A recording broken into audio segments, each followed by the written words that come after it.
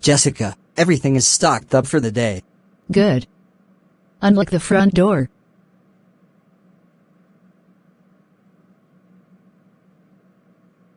So, what can I do for you? I need a pregnancy test. And may I use your restroom after I buy the test? I don't want to do this at home. Please. Sure, no problem.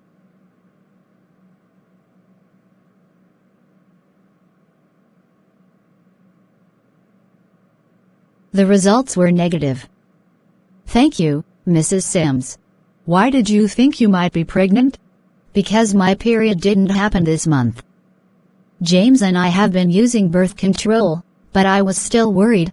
I suggest you take another pregnancy test a few weeks from now. And if that test is also negative and your period still does not come, see a gynecologist. There is only one gynecologist in this town. And he is a man. I don't feel comfortable with some man poking at my private parts.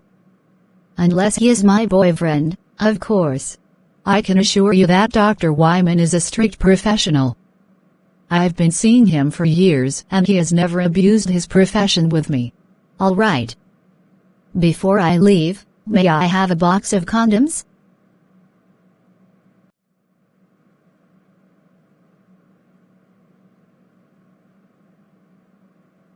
I love you. What's wrong? That's not the reaction I expected. There is something we have to talk about. And we need to do it in front of my mother.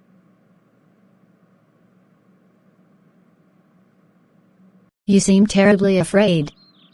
And you asked for your mother. Is this about her? No, it's about us. About our future. When you told me you wanted to marry me, it really shocked me, and so I asked my mother for advice. Plus, I will be going away to Harvard next year. I want to get a college degree before we tie the knot, Penny, but are you willing to wait 4 years? Penny, I have advised James that getting a college education and then a well-paying job will put him in an ideal position to be a good husband for you. But you have to decide if that's what you want. Why did you ask James to marry you so soon? My grandmother got married right out of high school and had her first child, my father, the very next year. I feel like I want to have a baby in a year or two. But only if I am married first. I don't want to get pregnant and be abandoned. Penny, James will not abandon you. He loves you and he just hopes you will love him just as much by waiting for him to finish his education. James, you promise that you will marry me after you graduate college? I promise. We are engaged already. The marriage will be only a formality. I just worry that some other girl at Harvard will snap you up before you graduate. Penny, I made a pledge to never cheat on you, one my mother knows about. If I was to dump you for anyone else, I would be breaking a promise I made not just to you, but my mother too. Penny, you could also go to college. If both you and James get degrees, you can both get high-paying jobs and provide the best life for your children. But I already know exactly what I want to be. I want to be a cook and a mother, just like my grandmother. I have idolized her since I was a baby.